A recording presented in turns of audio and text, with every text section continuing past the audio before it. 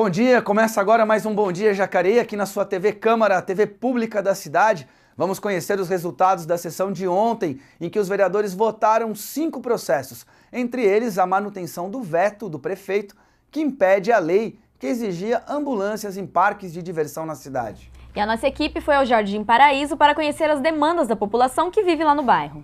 Você vai ver também um projeto na Câmara dos Deputados Federais que quer direcionar 10% das multas de trânsito para campanhas contra o uso do celular ao volante. E no primeiro bloco está aqui com a gente o nosso colega Daniel Mendes, que nos traz os resultados da sessão de ontem. Bom dia, Daniel. Bom dia, Patrícia. Bom dia, Elton. Bom dia, Jacareí. Pois é, a sessão de ontem nós tivemos 5 projetos na ordem do dia, 3 deles vetos do prefeito, sendo que um veto total e 2 parciais, e que foram votados, e outros 2 projetos de lei. Bem, a gente vê aí, acho que temos imagens da sessão, Daniel. Isso. Temos algumas imagens aí da sessão, e ontem por 11 votos favoráveis e 2 contrários, como você estava dizendo aí dos vetos, os vereadores acataram, ou seja, aceitaram o veto do prefeito, a lei do vereador Fernando da Ótica original do PSC.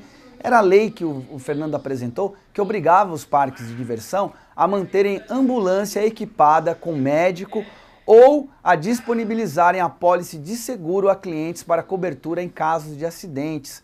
Bom, a decisão tomada em plenário durante a sessão levou em consideração o argumento do prefeito de que essa proposta já existe no Código de Normas, Posturas e Instalações Municipais em vigência desde dezembro de 2008. Então, por essa razão, foi aceita aí o veto do prefeito. Também foi aprovada a proposta do Rodrigo Salomão, do PSDB, o vereador doutor Rodrigo, que definiu a proporção mínima de guarda-volumes exigidas nas agências bancárias, que deverá ser de 1 guarda-volume para cada 3 assentos de espera de atendimento disponível para uso dos clientes. Ou seja, então, a cada 3 lugares ali que a pessoa tem para sentar enquanto ela espera na agência, deverá existir 1 guarda-volume. Foi discutido muito em relação a se não deveria ter 1 guarda-volume para cada assento. Aí o vereador argumentou que, na verdade, não são todas as pessoas que utilizam guarda-volume. Então, após a discussão, esse projeto também foi aprovado. Já a presidente da casa, a vereadora Lucimar, teve o seu projeto aprovado, o projeto que ela apresentou ontem, e de acordo com esse novo projeto, serão inseridos nas placas de nomes de logradouros, os nomes de rua aqui no município de Jacareí, os nomes históricos que as ruas têm. Como é o caso, por exemplo, lá da Rua do Meio, que é a Rua Rui Barbosa. Mas muita gente de Jacareí, a população mais antiga, conhece como Rua do Meio. Nós temos também o caso do Esmaga Sapo, que aqui é a região da Praça dos Três Poderes, e a Rua Direita, que é como é conhecida, como era chamada, a Rua Antônio Afonso. No total desse projeto são 44 ruas. Esse projeto foi discutido com a Academia Jacariense de Letras. Então é uma forma de valorizar um pouco a história de Jacareí, a maneira como as pessoas conheciam as ruas. Então vai ser acrescentado ali, de forma também não ter muita poluição visual. Isso foi um dos temas discutidos aqui, né? O vereador Rodrigo se absteve da votação. Ele falava disso, dessa questão da poluição visual, muita informação, poderia confundir as pessoas, mas no final o projeto foi aprovado. É uma reivindicação até dos antigos, né, com relação, por conta do seu conhecimento, por conhecerem a história, para que os mais novos também pudessem continuar com essa história, uma questão realmente pedida também aqui muito pela população, Elton.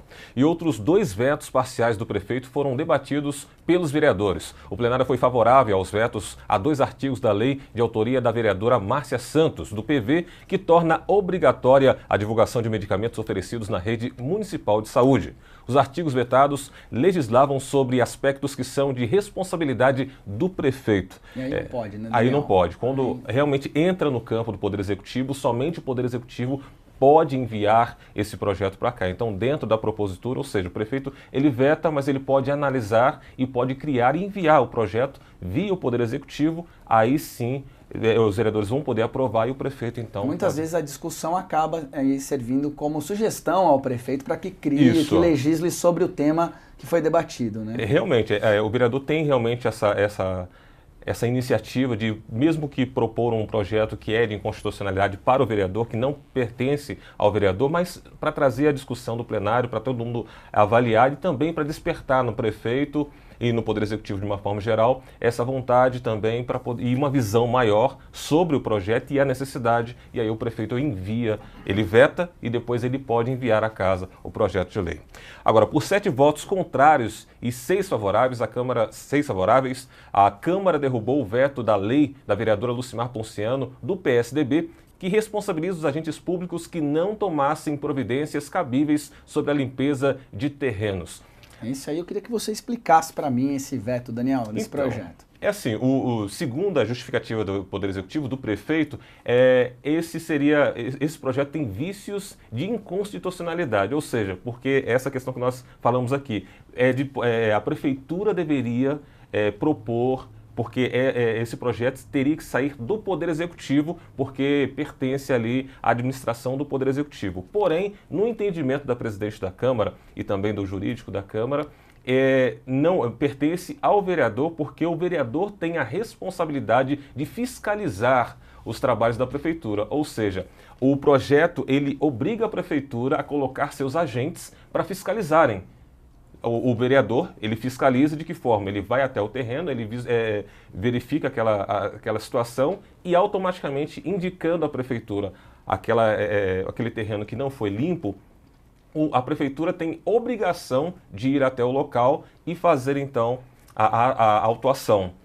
O prefeito entendia que isso é dever da prefeitura, mas foi derrubado o veto, os vereadores entenderam que, como o papel do vereador é fiscalizar o trabalho da prefeitura, esse é um trabalho de fiscalização que dá esse poder ao vereador, porque se não houvesse esse projeto, ficaria parado na prefeitura. Uma vez que o vereador tem esse poder de fiscalizar, ver a questão e solicitar à prefeitura e cobrar da prefeitura, né, essa aplicação da lei, isso aí estaria dentro do que compete ao vereador, porque ele estaria fiscalizando, que é o seu trabalho aqui na Câmara. Cabe um esclarecimento, a presidente Lucimar, ela apresentou lá quando ela fala agentes públicos, ela não está falando do servidor municipal, ela está dizendo o agente, no caso, a secretaria responsável pela autuação e pela fiscalização dos terrenos. Mesmo. Porque ficou parecendo também que aí o funcionário, aquele servidor público, seria penalizado, o gerente. Não, ela diz o ente, o órgão responsável pela fiscalização. É isso mesmo. Muito bem, então esses foram os 5 projetos apreciados e votados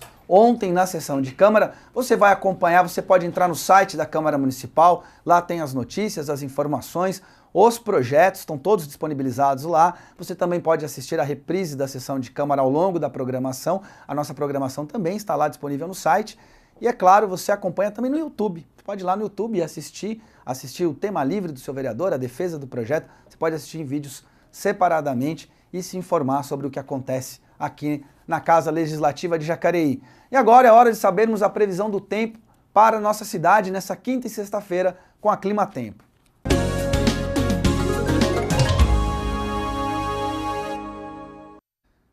As temperaturas vão estar amenas nesta quinta-feira aqui em Jacareí. A umidade relativa do ar fica em 52%, sem chances de chuva. A mínima fica em 12 graus e a máxima chega aos 27. Amanhã o tempo dá uma virada e os termômetros vão marcar temperaturas mais baixas. A umidade do ar fica em 56%, com 75% de chance de chuva, que pode cair à tarde. A mínima chega aos 15 graus e a máxima não deve passar dos 24. E dirigir falando ao celular ou mandando mensagem de texto tem sido uma das principais causas de acidentes de trânsito em todo o país. Um projeto de lei em debate lá na Câmara dos Deputados quer que 10% do valor das multas de trânsito sejam voltadas para campanhas contra o uso do celular ao volante. Confira na matéria da TV Câmara Brasília. Dirigir falando ao celular ou enviando mensagens de texto tem causado muitos acidentes de trânsito. Para aumentar a conscientização dos motoristas, um projeto de lei em debate na Câmara quer destinar 10% das multas de trânsito para as campanhas educativas contra o uso do celular ao volante. Usar o celular e dirigir são coisas que não combinam. Dados oficiais estimam em 1.300.000 o número anual de acidentes no país por causa do uso do celular no trânsito. Tatiana foi uma das vítimas de acidente de trânsito causado pela falta de atenção de uma motorista que estaria falando ao celular. Ela e um amigo foram atingidos enquanto andavam de moto em 2016. A gente estava percorrendo essa pista e reduziu um pouco a velocidade para poder passar nesse quebra-molas. E nesse momento, assim, foi um choque, porque a gente foi arremessado por um carro que veio atrás. Caí, desmaiei. Meu amigo também caiu, foi atropelado, faleceu, porque a gente foi atingido por trás. Para tentar reduzir o número de acidentes, a Comissão de Viação e Transportes aprovou um projeto para que 10% da receita das multas de trânsito sejam destinados a campanhas sobre o perigo do celular ao volante. Atualmente, 5% do valor das multas vão para um fundo destinado à educação no trânsito e também a outras finalidades, como a manutenção de equipamentos. Pelo menos um percentual específico para a área dos informativos, para a área de propaganda, para a área dessa campanhas educativas. Isso é fundamental, elas têm que ser permanentes, tem que ter esse caráter permanente para que as pessoas entendam. A gente já sabe que é perigoso, já sabe que causa acidente, mas precisa ter uma campanha educativa para que essa campanha gere um impacto e conscientize a pessoa. Para esse especialista em trânsito, além de campanhas educativas, é importante aumentar a fiscalização. Para dar um número aqui de Brasília, para cada 10 mil pessoas que usam o celular enquanto dirigem, apenas uma é flagrada, apenas uma é multada. Então, quer dizer, a nossa própria fiscalização é uma peneira. Muito pouco para inibir que as pessoas cometam esse ato infracional. Tatiana também alerta para que as pessoas tenham consciência de que aquele segundo no celular pode causar danos irreparáveis. Se você ficar observando aqui nessa rua que a gente está agora, você vai ver alguém passando e usando o celular. E isso a gente sabe que é perigoso, que pode tirar a vida de alguém por 5 segundos de distração sua. Mais de 1 milhão de pessoas vítimas de acidentes de trânsito por estarem usando o celular ao volante. Outro dia eu vi um entregador de pizza mandando mensagem enquanto dirigia a moto. Quer dizer, é cada vez mais comum. Vocês acreditam que direcionar 10% da arrecadação das multas para campanhas seria uma medida eficaz? Olha, a gente, sem dúvidas, a questão do alerta quanto ao perigo, por conta do número de mortes, né, de acidentes no trânsito e mortes, é muito grande. Agora, custa caro a questão da conscientização, porque é algo que todos nós já sabemos que é errado. Diante desses números, eu acho que é a maior publicidade a favor da conscientização.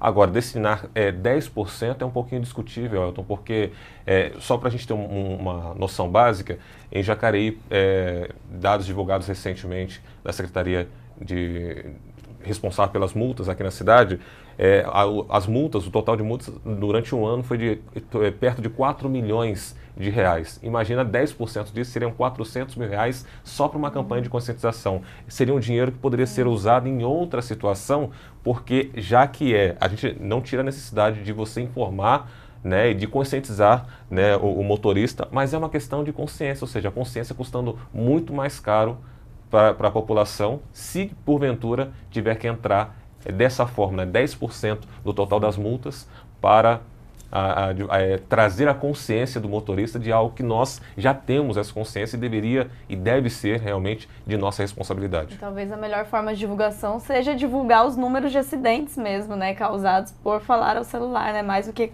investir em campanhas, né. De acordo com um estudo realizado pelo Departamento de Transporte dos Estados Unidos, como foi comentado na matéria, dirigir falando ao celular ou mandando mensagem de texto é um dos maiores motivos de acidente em todo o mundo. Quem digita mensagem de texto no volante tem 23 vezes mais chances de sofrer ou causar um acidente de trânsito. Então, aumenta em 23 vezes. Então, vale lembrar que esse projeto está em discussão em Brasília ainda, isso ainda não é lei. A gente coloca esse tipo de matéria realmente para levantar o debate, né, a polêmica. Independentemente desse projeto ser aprovado e se tornar uma realidade, que sejam direcionados 10% da arrecadação de multas para a campanha contra os celulares, é importante a gente ir falando nisso. A Patrícia agora trouxe um dado aí que não é uma questão do Brasil, é uma realidade mundial, né, e muita gente, é quase que irresistível dar uma olhadinha ao celular enquanto está dirigindo. É importante que a gente se conscientize, como a gente viu aí na matéria, pessoas estão perdendo a vida por causa disso. E vamos seguir falando de trânsito mais seguro. Confira agora a localização dos radares móveis em Jacareí.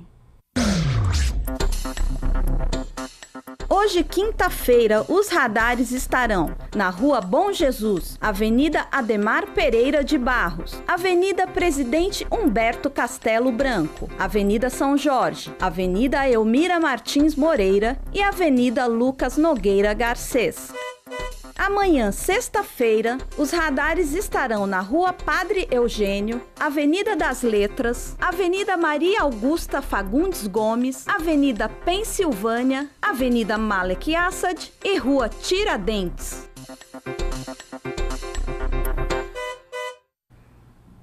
E hoje, no segundo bloco, nós vamos receber o economista Edson Trajano, vamos conversar sobre emprego, mercado de trabalho. Enquanto isso, enquanto a gente espera o segundo bloco, o fim de semana se aproximando, muita gente em busca de novas oportunidades de trabalho. Se você é um destes, ou se está querendo procurar algo novo para você, fique atento às vagas do PAT de Jacareí.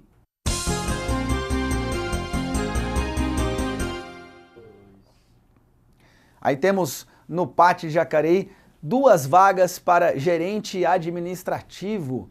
Também temos uma vaga para mecânico de empilhadeira e uma vaga de vendedor de porta em porta.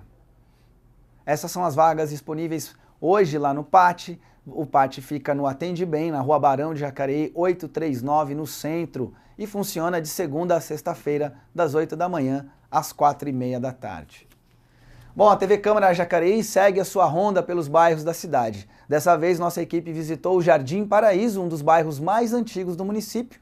O repórter Rodrigo Romero conversou com alguns moradores e ouviu deles as suas queixas e quais são as principais demandas do local. Problemas como a segurança, iluminação, falta de asfalto estão presentes no dia a dia dos moradores. Acompanhe na reportagem. O Jardim Paraíso é um dos bairros mais antigos de Jacareí. Tem cerca de 25 mil habitantes e ficou famoso algumas décadas atrás por abrigar a fábrica de fogos Caramuru. Os anos fizeram bem ao bairro, mas ainda falta muita coisa. A TV Câmara Jacareí foi até lá e conversou com alguns moradores para ver quais são as principais demandas do bairro Jardim Paraíso. Falta muita água.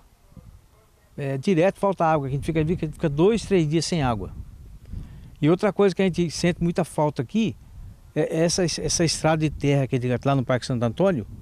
É uma poeirada danada, que você lava o carro ali e no outro dia tem que lavar de novo, porque encheu de poeira. A gente sente muita falta daquele asfalto ali. A questão de segurança, embora a gente saiba que não envolve muitas coisas, mas a segurança realmente no Jardim Paraíso está deixando a desejar. Falta de ronda da Polícia Militar, né? Existem roubos de carro, de residências, a plena luz do dia. Então, um dos pontos seria a segurança. Ao percorrer o bairro, notamos que o descaso e a falta de ajuda do poder público saltam à vista. Basta olhar para estes postes localizados bem em frente a esta escola. As lâmpadas vivem assim, danificadas, por culpa dos vândalos. Tem uma parte aqui no Jardim Paraíso, que é a escola Darcy Lopes. Para quem estuda aqui e passa a noite naquela escola, que tem que ir até a escola, os postes todos estão com as luzes quebradas, né? A gente sabe que é vandalismo, mas se tiver uma fiscalização, o poder público estiver mais atuante, isso não acontece. E está reparando, não tem o que fazer, tem que reparar. Aqui precisa de mais ter árvore, aqui precisa de mais arborização, aqui precisa de mais atenção na saúde também, mais médico, mais pediatra. Muita coisa precisa ainda aqui. Dona Dalva, aliás, foi a 9ª moradora a vir morar por aqui. Ao chegar, se deparou com muitas fazendas, chão de terra batida e, por causa disso, bastante poeira. Ela se recorda com carinho dessa época. E quando a gente passava nessa baixada aqui, a gente passava, enfiava o pé, perdia o sapato, já pegava o outro, já jogava fora, ou senão já saía de bota ou sem sapato, chegava lá nos 3 coqueiros que tinha ali na saída, tinha uma porteira. Aí tinha uma porteira também. Essa porteira, quem passava, fechava, porque aqui dentro tinha gado de quem morava aqui. Inclusive até eu também tinha gado aqui. Eu vinha no tempo da fazenda. Ela fazenda Santo Antônio, Caramuru da Roça. Aqui era fundo rural. Quando eu cheguei aqui era muito pior, nossa. Não tinha asfalto em quase lugar nenhum. Quando eu cheguei aqui mesmo, nem o ônibus vinha ali ali que passa agora. Só chegava lá na entrada do bairro lá e voltava para trás. E melhorou bastante, melhorou muito, não tem dúvida que melhorou, mas precisava melhorar bastante. Né? Para contornar essas e outras situações, uma associação foi criada. Os moradores colaboram uns com os outros para a melhoria do bairro. A comunidade tomou conta do Jardim Paraíso. A gente lançou há algumas semanas a campanha, né, a Vizinhança Solidária. O que é? O morador cuidar do morador, o vizinho cuidar do vizinho. Porque nem sempre vai ter uma viatura passando na sua rua, nem sempre a polícia vai estar na sua rua. É quase impossível isso acontecer. Mas se cada vizinho, cada morador se ajudar, identificar alguma coisa diferente na sua rua, uma movimentação estranha, ou até mesmo uma emergência, né? Isso ajuda muito e faz com que todos mantenham uma segurança melhor na sua comunidade. A gente lançou essa campanha, foi bem aderida, está se espalhando, a gente tem grupos no WhatsApp, né, que estão se falando e assim, está fluindo muito bem, graças a Deus. Quando nós compramos esse bairro aqui, nós já compramos com saneamento básico e nada foi feito. E ali é que o povo paga os impostos igualzinho a nós que já temos. Infelizmente, estamos sofrendo uma grande injustiça. Muito bem, muito obrigado. Essa foi uma matéria, sugestão de pauta do Glaucio, que aparece aí, que o Rodrigo entrevistou. Ele sugeriu essa pauta pelo Facebook e a nossa equipe foi até lá. Em nota, a Prefeitura informou que a Secretaria de Infraestrutura vai realizar as trocas das lâmpadas quebradas indicadas pela reportagem no prazo de 1 semana. A Prefeitura ainda esclarece que já está trabalhando na recuperação das vias do bairro e que as rondas são de competência da Polícia Militar. E no próximo bloco, como o Elton comentou, vamos receber o economista Edson Trajano, que vai conversar conosco sobre desemprego e mercado de trabalho. A gente volta já.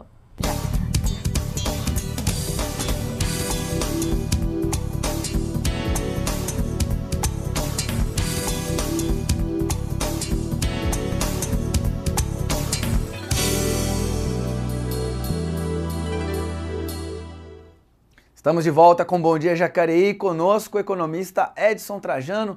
Bom dia, Edson, seja bem-vindo ao nosso programa, primeira vez aqui com a gente. Bom dia, eu que agradeço o convite aqui, é sempre interessante, principalmente o assunto que nós vamos conversar hoje sobre a questão do desemprego, que é um dos problemas sérios hoje do país. Nós temos vários, pesquisando para fazer a matéria, chegamos a alguns números sobre o desemprego no país, mas muitas pessoas também questionam esses dados oficiais, porque algumas pessoas estão na informalidade.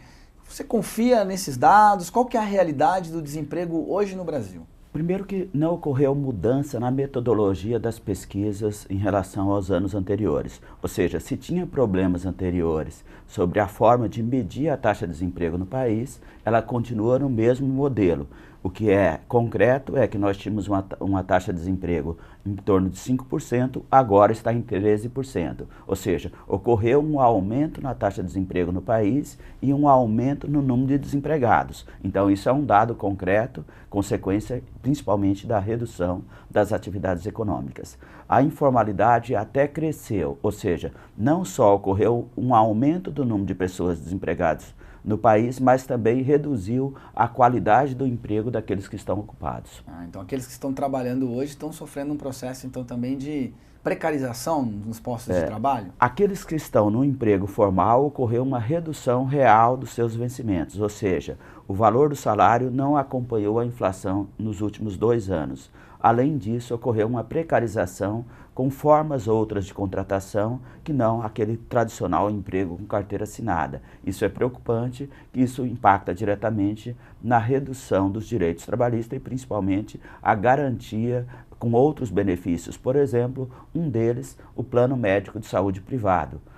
Nós tivemos nos últimos 2 anos no Brasil uma saída de mais de 2 milhões de pessoas que tinham plano privado de saúde. Qual o resultado?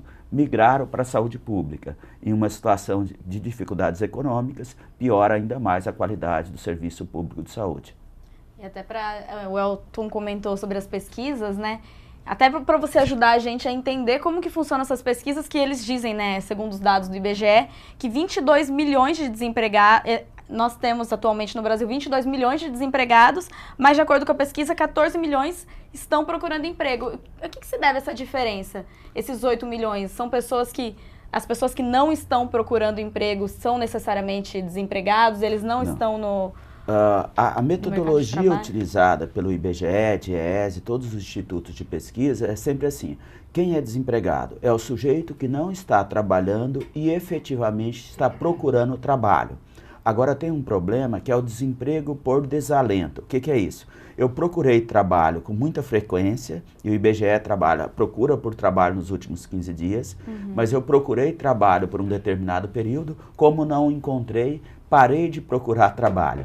Então, a diferença está exatamente nessa questão, que tem uma taxa de desemprego aberta, que é esses 14 milhões, e a outra taxa de desemprego, que é a geral, que está incluído nessa taxa de desemprego, aquelas pessoas que deixaram de procurar trabalho. Que por algum momento estiveram inseridos no mercado e hoje estão fazendo, não estão trabalhando. Você pode ter até, de repente, pessoas, uma mãe que trabalhava e hoje não está mais no mercado de trabalho. Esse dado também está incluído aí? Isso, exatamente. Ou seja, são aquelas pessoas que efetivamente deixaram também de procurar trabalho. Mas o que tem aumentado no Brasil muito é a taxa de desemprego aberto mesmo. Aqueles 13% são da taxa de desemprego aberta. Ou seja, as pessoas que efetivamente estão procurando trabalho e sem sucesso. E o pior ainda é que aquelas que encontram trabalho, estão encontrando trabalho com uma remuneração menor e com garantias trabalhistas menor do que do período anterior. Ou seja, o sujeito saiu, recebeu durante um determinado momento o seguro-desemprego e muitas vezes durante o período de seguro-desemprego eles efetivamente não procuram trabalho, passa a procurar e consequentemente fazer parte das estatísticas do IBGE a partir do momento que começa a procurar trabalho.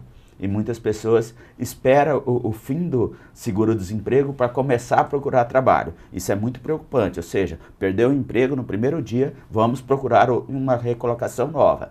Caso encontre trabalho, melhor ainda, que eu nem preciso receber o seguro-desemprego. E quem está recebendo seguro-desemprego não entra nas estatísticas também de desempregados, né? Se ele recebe o seguro-desemprego e também procura trabalho, entra na estatística de desempregado. Agora, se está recebendo o seguro-desemprego e não procurou trabalho, não entra nessa estatística. Até um desemprego, não desemprego aberto, sim, esse é conhecido como desemprego friccional, que está nesse ato entre a saída de uma empresa e a procura por emprego em outra. Muito bem, professor, vamos fazer uma pequena pausa aqui. A gente tem uma informação que a Biblioteca Municipal de Jacareí está oferecendo um curso de encadernação e restauração de livros. As inscrições são até amanhã. Corra e saiba como participar. Até o dia 5 de maio ficarão abertas as inscrições para o curso de restauração, revestimento e encadernação de livros, que é oferecido aqui pela Biblioteca Municipal Macedo Soares. Para quem tem interesse em participar, basta ter pelo menos 16 anos, ser sócio aqui da unidade e também ter concluído o ensino fundamental. E para fazer esta inscrição, precisa de RG, CPF e da carteirinha de sócio. Para quem tem interesse em participar do curso, mas ainda não é sócio da unidade, pode comparecer ao local com 2 fotos 3x4, pagar uma taxa de R$2, trazer um RG e o comprovante de residência. Ao todo, são 18 vagas oferecidas e o curso será ministrado às terças e quintas-feiras, das 13h30 até as 4h30 da tarde. Para quem quiser saber mais informações, pode entrar em contato pelo telefone 3954-3409 ou também via e-mail pelo bibliotecacentraljac@gmail.com. E o horário das inscrições é das 9 ao meio-dia e das 14h30 às 16h30 da tarde. A Biblioteca Municipal ela fica localizada na Avenida 9 de Julho, número 215, na região central de Jacareí. Daniela Santos, da TV Câmara Jacareí, a TV pública da cidade. E hoje à noite, quinta-feira, temos a sessão de cinema no Cineclube Jacareí, como todas as quintas-feiras. Hoje vai ter a sessão do filme Retorno do Jedi, em que terão cosplays fantasiados para tirar foto com os fãs da saga, né? Vamos ver com o Rodrigo Romero mais informações sobre o filme.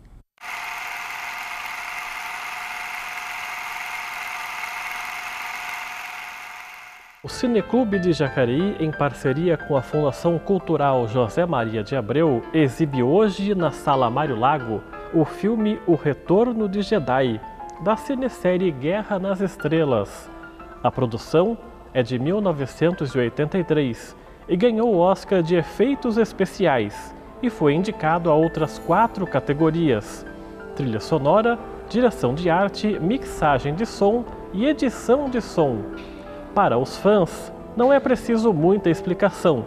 É o 6º filme na ordem cronológica desta obra-prima do cinema. Veja aí um trecho do filme.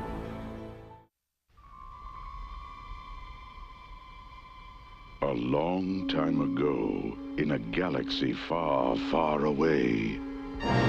The next chapter in the Star Wars saga, Return of the Jedi. The battle between good and evil rages on. Join the further adventures of Luke Skywalker, Han Solo, Princess Leia, Lando Calrissian, Chewbacca, C-3PO and R2-D2, and Darth Vader.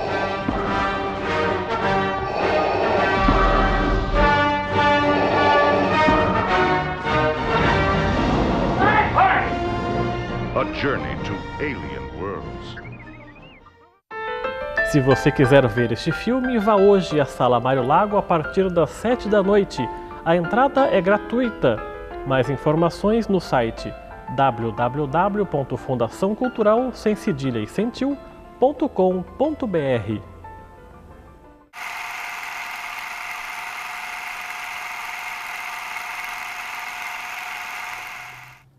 E o desemprego, que como falamos aqui, recentemente bateu a marca aí de 14 milhões de pessoas, também atinge Jacareí. Os números do Cadastro Geral de Empregados e Desempregados mostram que desde o começo de 2017, as demissões foram maiores do que as admissões aqui na cidade. Na reportagem a seguir, Rodrigo Romero exibe esses números de Jacareí a partir do mês de janeiro e eles não são nada bons. Miriam está desempregada há 2 anos e quase todos os dias vem ao posto de atendimento do trabalhador em Jacareí em busca de uma oportunidade, mas não está fácil. Eu me formei o ano passado, né? Daí eu tô parada porque eu não consegui, infelizmente, emprego na minha área, mas agora, devido à situação, eu tô procurando a área que aparecer, mas também focando na minha área, que é a administração. As crises econômica e política estão na ordem do dia de praticamente todos os brasileiros, e Jacareí não poderia estar de fora. Os números do Cadastro Geral de Empregados e Desempregados, o CAGED, aqui em Jacareí, expõem um pouco do que acontece no Vale do Paraíba. Em janeiro, por exemplo, Jacareí teve saldo positivo de 90 vagas, contra mais de 2.000 vagas fechadas no Vale inteiro. Se compararmos com o ano de 2016, os números assustam. São mais de 18 mil pessoas que ficaram sem emprego na região. Já em fevereiro, Jacareí recuou quase 200 vagas contra 77 positivas do Vale. Somados os 2 primeiros meses do ano, mais de 2.000 pessoas foram demitidas. E em março, os números seguiram fracos. Jacareí fechou praticamente 100 vagas, e o Vale mais de 2.000. Em relação ao mesmo período do ano passado, o número de demissões aumentou quase 70%. É ruim porque não tem como você ajudar os familiares, você vê só o seu esposo trabalhando e você vê que o dinheiro não dá. R$1.000 não dá para pagar um aluguel ou alimentação, não tem. Olha, eu estou há 2 meses empregado, tá? A situação não está muito boa não.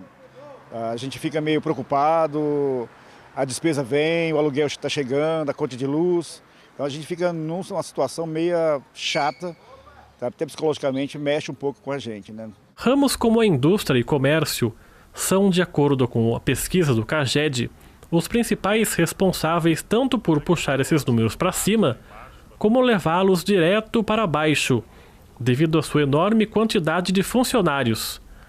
Mas o que fazer para se esconder do monstro chamado desemprego? Às vezes a idade atrapalha demais, mas no caso de Miriam, ainda há uma esperança.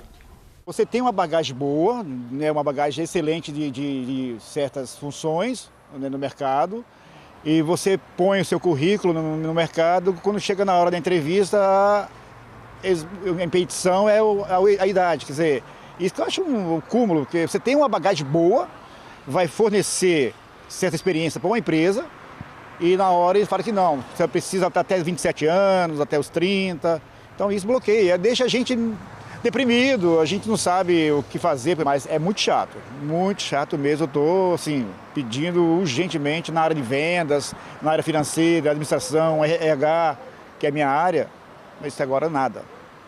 Nada porque é o fato também da idade. Muda muito a idade da gente. Qual é a sua esperança, a sua expectativa para a entrevista? Que dê certo, que eu consiga mostrar o que a empresa está precisando. Tá bom, boa sorte, viu? Obrigada. Tchau. Tchau. Muito bem. Edson, a gente tem vários dados aí, a gente, além dos números, né?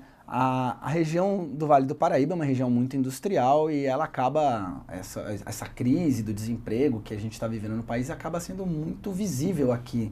Tem alguma característica particular da nossa região para estar assimilando esse golpe, vamos dizer assim? Proporcionalmente, o Vale do Paraíba é a região mais industrializada do país, ou seja, o peso da atividade industrial é fundamental na geração de renda e também na geração de empregos. Então, consequentemente, ela faz um efeito multiplicador para outras atividades econômicas aqui nas cidades do Vale do Paraíba, sobretudo Jacareí, Taubaté, São José dos Campos e Pindamonhangaba.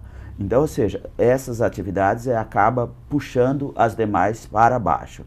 E o problema é a ausência de uma política industrial no país. A ausência é essa já de mais de 30 anos, mas intensificada ou piorada nos últimos anos. Nós não temos uma política clara de industrialização para o país. É fácil nossos telespectadores entenderem isso. Por exemplo, nos últimos 10 anos, praticamente em todos os domicílios foi mudado o televisor da casa. Nos últimos 5 anos, praticamente todos nós trocamos nossos celulares. Mas qual o problema? O televisor e o celular foram importados. Mesmo feito em fábricas aqui da região, nós fizemos o quê? Uma montagem desses produtos, mas a maior parte dos componentes são importadas. Então, o aumento do consumo não foi acompanhado pelo aumento do emprego na produção, nessa modernização do consumo. Isso é, claro, uma ausência de uma política industrial no país. Se os americanos agora estão preocupados, adotando uma política protecionista, a Inglaterra saindo, o Reino Unido saindo do mercado comum europeu, a França discutindo políticas mais protecionistas, ou seja, defender o mercado interno deles, e o Brasil está exatamente na contramão, abrindo as suas fronteiras para o resto do mundo, sobretudo para a China. Qual o resultado? Perdemos competitividade e aí o aumento do consumo não é acompanhado pelo aumento da produção, além de políticas cambiais, uma forte valorização do real. Nos últimos 12 meses nós tivemos uma valorização em torno de 20%, encarecendo ainda mais, dificultando as exportações nossas e reduzindo o preço dos produtos importados. Qual o resultado? Quebra a produção nacional. Quando você entra, por exemplo, numa loja de roupa popular, observa as etiquetas. Quase todas elas made in China ou made in Ásia. Qual o resultado disso? Isso acaba reduzindo o potencial de geração de emprego e renda. Nós tínhamos todo um parque têxtil, e aí inclusive as cidades do Vale do Paraíba também, antes da década de 90, que todo ele foi quebrado a partir do governo Collor. E o pior é que depois do Collor só piorou essa situação no país. Assim, também, a gente fala muito do protecionismo, tem essa questão da entrada do produto e também você acaba não desenvolvendo a tecnologia no país, né? A gente só vira montador, a gente não consegue desenvolver um capital intelectual para fazer depois também competir com essas marcas do exterior. O protecionismo, ele não tem que ser usado de qualquer maneira, ele precisa fazer parte de uma política industrial. Ou seja, ao mesmo tempo que você dificulta a entrada de produtos estrangeiros no nosso território, nós temos também que fazer um incentivo à inovação e principalmente valorizar mais o capital nacional. Hoje a situação é problemática não só para os trabalhadores brasileiros, mas também para os industriais brasileiros. Todo mundo está no mesmo pacote. Cada vez mais forte a presença do capital estrangeiro nas várias atividades econômicas no país, e cada vez menos presente o quê? O processo de inovação tecnológica no país. Nos países ricos, a inovação tecnológica é acompanhada também da geração de emprego. O problema nosso é, cada vez que se coloca um robô numa linha de montagem, ele cria emprego e destrói emprego. Só que qual é a consequência disso? O robô foi fabricado nos países desenvolvidos. Quando manda para nós, destrói empregos aqui. O que nós precisamos cada vez mais é também produzir os robôs aqui. Consequentemente, nós temos a possibilidade de melhorar a qualidade do nosso emprego também aqui no Brasil. Isso é política industrial. E não é o fato do Brasil ser um país de segunda linha, pensando no desenvolvimento mundial, que nós não vamos alcançar isso. A Coreia conseguiu. Por exemplo, na década de 80, Brasil e Coreia tinham grau de desenvolvimento muito semelhante. A Coreia hoje tem um carro mundial e nós tínhamos uma indústria de carro brasileira que fechamos logo no início da década de 90. Então, esse nacionalismo econômico, eles têm que estar presente agora. E isso que está faltando para o país. Eu estou bastante otimista, tem um grupo de intelectuais no Brasil, lançou agora no último mês, um projeto Brasil Nação. E é isso que nós precisamos. Nós precisamos, apesar dos políticos, dos problemas jurídicos que nós temos, de corrupção e vários outros, mas nós precisamos ter um projeto nacional que seja formado pela sociedade como um todo.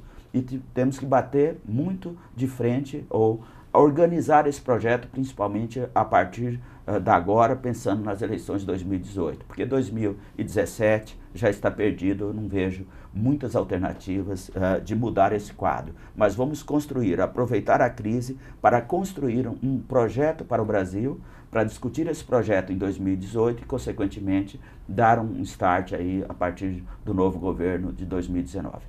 Então, o Vale do Paraíba, por ser um polo industrial, sofre diretamente assim, esse desemprego no Brasil. Isso. Um dos grandes problemas do Vale do Paraíba, nós temos uma indústria de bens de consumo durável, sobretudo a indústria de carros. E para que ocorra um aumento da produção de automóveis, nós precisamos, primeiro, agregar mais valor ao produto.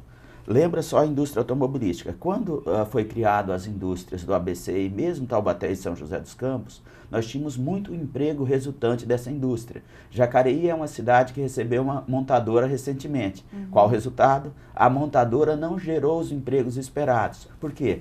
A maior parte do carro fabricado em Jacareí já vem pronto de fora. Ou seja, a ausência dessa política industrial, consequentemente, todo o processo de inovação tecnológica e desenvolvimento desse produto não é feito aqui. E essa tecnologia é poupadora de mão de obra. Então a população de Jacareí esperava uma montadora que fosse capaz de dinamizar a economia da cidade e qual a consequência? Pouco mudou na cidade com a montadora ou sem montadora. Então, ou seja, essa ausência da política industrial no país reflete diretamente nesse modelo de industrialização que está sendo colocado no país mais recentemente. E é o caso específico de Jacareí, nessa situação. Muito bem, vamos fazer mais uma pausa aqui no nosso bate-papo com o professor Edson Trajano, porque agora é hora de conferir quais são as atrações da Agenda Cultural. Olá, essa é a Agenda Cultural trazendo para vocês a programação desta quinta-feira. Para os cinéfilos de plantão, o Cineclube Jacareí, que fica no Pátio dos Trilhos, irá transmitir hoje, às 19 horas, a sessão Star Wars, com o filme O Retorno do Jedi, que contará com a presença do fã-clube da saga em Jacareí. Eles estarão caracterizados de personagens da história para tirar fotos com os amantes do filme. Neste dia, os organizadores do evento arrecadarão ração para 2 ONGs de proteção animal aqui da nossa cidade, a APA e a GAGE. E se você quiser abraçar a causa, é só levar 1 quilo de ração para colaborar.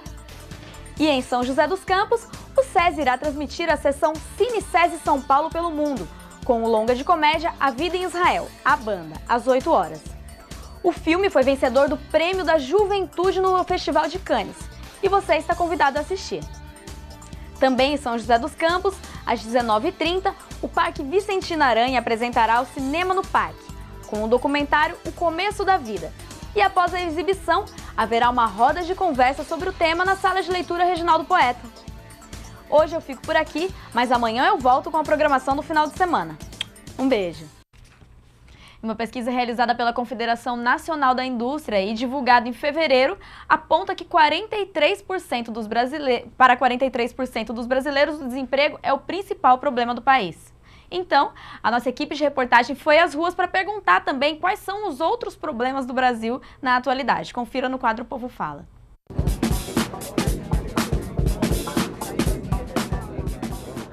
Problema da saúde, problema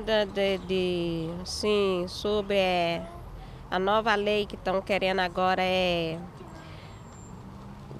dos aposentados, né? Que aposentava com 65 anos, agora parece que vai mudar, né? Eu já estou aposentada, mas coitado desses que vão aposentar, se eles aposentar nessa idade, algum nem chega nessa idade, morre. nem chega nessa idade.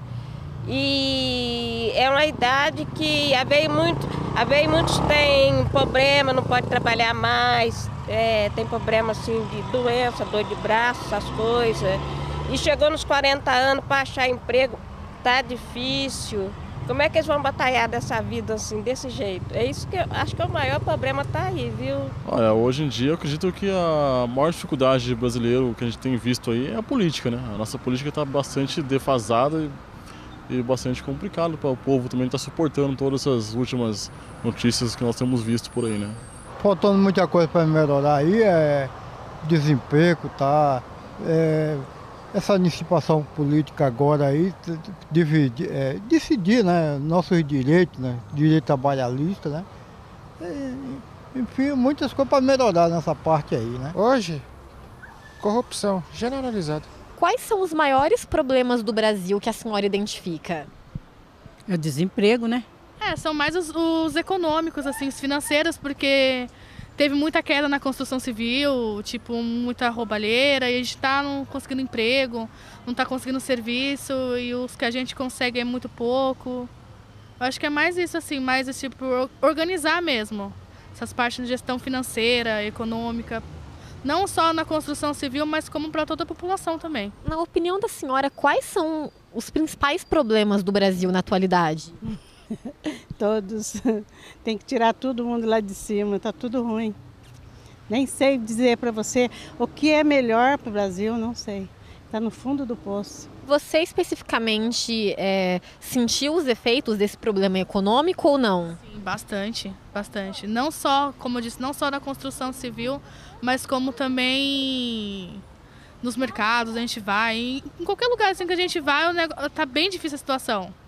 Os preços só vão aumentando das coisas e a gente si próprio não estamos conseguindo ter o financeiro para poder estar fazendo as nossas necessidades básicas do dia a dia. O que devia ser feito para pelo menos começar a melhorar a situação, no seu ponto de vista? Olha, primeiramente o povo deveria tomar mais consciência na hora de apertar os dedinhos na urna, né? Primeiramente seria o principal caso que deveriam tomar consciência. E assim, ao meu ponto de vista, tem que ser feita uma reforma política assim.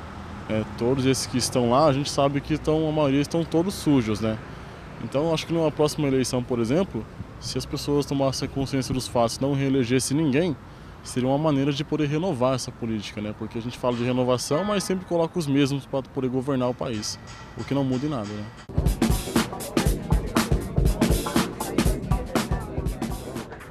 Aí tem um apanhado dos problemas do país, né? Tem desde reformas, mas saúde sempre lá, quase sempre em primeiro lugar, apesar dessa pesquisa agora que a Patrícia citou, revela que desemprego está tomando um protagonismo. Saúde, desemprego, como que você avalia isso, professor? Então, as dificuldades sociais no país têm crescido bastante. É claro que o emprego é fundamental e nós tivemos aí uma recessão da economia, ou seja, 2 anos seguidos com queda bastante acentuada do PIB e continuamos piorando, mesmo o governo falando que começamos a melhorar. Nós estamos descendo ao fundo do poço um pouco mais devagar, mas como eu coloquei no primeiro bloco, ou seja, 2.400.000 trabalhadores perderam seu convênio médico ligado à empresa. Qual o resultado? Eles vão demandar mais saúde. E aí, para piorar, reduzir o volume de recursos para a saúde pública no país. E a situação tende a piorar com a aprovação da PEC, do teto dos gastos, que foi feito ano passado. Ou seja, da agora para frente, nós não vamos ter aumento do percentual de despesas com saúde. Na pior das hipóteses, só correção da inflação. Além do mais, a população está envelhecendo, demanda mais saúde, tem inovações tecnológicas que representam mais custo para a saúde, para ter uma saúde de melhor qualidade. E qual o resultado? Então, a saúde sempre vai estar em primeiro lugar e esse é um problema já histórico no país e não tende a ser resolvido nos próximos anos, a menos que nós conseguimos reverter aquela PEC que foi aprovada o ano passado do teto dos gastos públicos. Em relação ao emprego, não há dúvida que a principal alternativa é a retomada no crescimento econômico, mas também isso acompanhado com políticas de redução nas taxas de juros, e uma política de desvalorização da moeda brasileira frente às moedas estrangeiras para aumentar a competitividade da economia brasileira nesse mundo mais globalizado. Então nós precisamos de ações outras, mas só a retomada do crescimento econômico, com as reformas que o governo está propondo, vai resultar, pode até resultar num crescimento econômico, mas com a forte concentração de renda. Também aí não conseguimos atingir o desenvolvimento, que é o grande objetivo das políticas públicas em qualquer país do mundo. Bem, professor, eu queria retomar, você quer uma pergunta? Não, pode falar. Quer retomar uma coisa que a gente estava falando antes, né? Na matéria que o Rodrigo Romero fez, do CAGED, dos dados em Jacari, a questão da idade das pessoas também. As pessoas estão perdendo o emprego e aí com uma determinada idade não conseguem recolocação profissional. Esse é um ponto. O outro ponto é a questão da qualificação profissional. Quando você falou da precarização do emprego, a gente vê profissionais que ocuparam cargos de chefia ou profissionais altamente qualificados que precisam se sujeitar a trabalhos abaixo da sua qualificação para poder regressar ao mercado de trabalho, inclusive recebendo rendimentos muito abaixo daquilo que a sua qualificação seria o adequado. E tem alguns até que omitem do currículo, né, a qualificação, porque geralmente nem conseguem se eles são qualificados demais para o cargo. Se a gente pensar, por exemplo, no caso da educação, nós temos aí o maior grupo de ensino privado do país que faz demissões em massa dos seus profissionais, exatamente porque eles são qualificados. Como essa tendência é geral no país? Ou seja, na realidade nós tínhamos uma discussão no passado que um dos problemas para o crescimento e competitividade da economia era a baixa qualificação. Agora nós estamos numa situação inversa, ou seja, trabalhadores qualificados omitindo essa informação para conseguir êxito na procura por um emprego e um emprego que não cobra, não exige aquilo que ele estudou. E qual o resultado? Então nós temos até um desperdício de recursos na formação de profissionais, que não utilizamos esses profissionais no processo de produção e principalmente prestação de serviços de qualidade. Isso é a ausência de uma política econômica no país. Ou seja, a ausência da política industrial. Por que formamos tantos engenheiros? Por que nós temos faculdades de pontas como aqui em São José dos Campos, o ITA, CTA? Se você não tem a produção de tecnologia nacional. Então, qual a dificuldade? Nós temos aí uma formação de mão de obra extremamente qualificada, mas precisamos acompanhar também por um processo de modernização da produção no país. Então, esse é um aspecto interessante nessa economia brasileira, ou seja, o alicerce está pronto para a retomada do crescimento econômico. O que falta é o quê? Esse start inicial, e aí cabe ao governo, principalmente o governo federal, articular políticas econômicas. Por exemplo, nós temos na política industrial um ministro da Indústria e Comércio Exterior que não entende nada do assunto. E foi colocado lá como ministro, por quê? Porque nós precisamos organizar a base parlamentar de apoio. Então, um partido, que é o PRB, então, ele precisa fazer parte da composição dos ministérios para dar apoio ao governo atual. Isso já tinha acontecido nos governos anteriores também. Só que o sujeito não tem a qualificação necessária, mesmo com a formação de equipe, ele é o líder da equipe. Como o líder da equipe não entende nada do assunto, qual o resultado? Nós vamos ficar cada vez mais distante dessa política industrial. Isso reflete em todo o país, né? Essa é uma realidade, não exclusiva desse governo, mas tem piorado, mas os governos anteriores, que é essa fragmentação política. Então, com uma quantidade X de partidos políticos. E nessa fragmentação política, você tem essa dificuldade de fazer essa composição. E nessa dificuldade de composição, eu faço o loteamento de cargos. Aí, quem vota contra o governo perde os cargos que indicou. Então, nessa composição de cargos, isso acontece em todas as esferas de governo, essa composição de cargos dificulta o estabelecimento de uma política de nação. É isso que esse grupo de intelectuais está batendo nessa tecla. Eu também faço parte desse grupo, ou seja, nós precisamos pensar em um projeto para a nação. Independente se é o governo A, B, C ou D, nós precisamos ter um projeto nacional. Isso que falta. Todos os países do mundo que conseguiram evoluir, tá, os alemães, os americanos, os ingleses, todos eles sempre tiveram e continuam tendo um projeto de governo para o país. E isso nós não temos no país há muito tempo. Até em alguns momentos tivemos no país, mas coisas muito curtas, ou seja, não tem continuidade, não tem um projeto nacional. Então, em sua opinião, para diminuir esse número, né, para os próximos anos, então, esse número de desemprego, baseado no projeto que vocês têm como, que têm como ideal, qual que seria a medida, assim? Aumentar a geração de emprego ou aumentar a procura por empregos ou as qualificações? Então, nós precisamos promover o crescimento econômico com geração de emprego. Uma das políticas importantes, política cambial. Então, qual é a valorização do real frente às moedas estrangeiras? Vamos continuar com a valorização excessiva?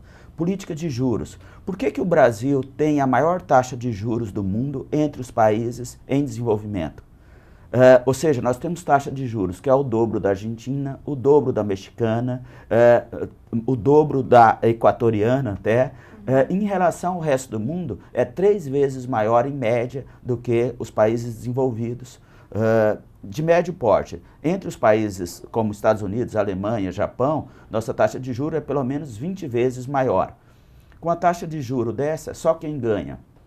Os bancos. Está aí os bancos tendo o maior lucro da sua história. De novo, no final do ano passado, foi lançado recentemente o balanço dos bancos privados no país, com o maior lucro da sua história. Quem perde? Consumidores e setor produtivo no país.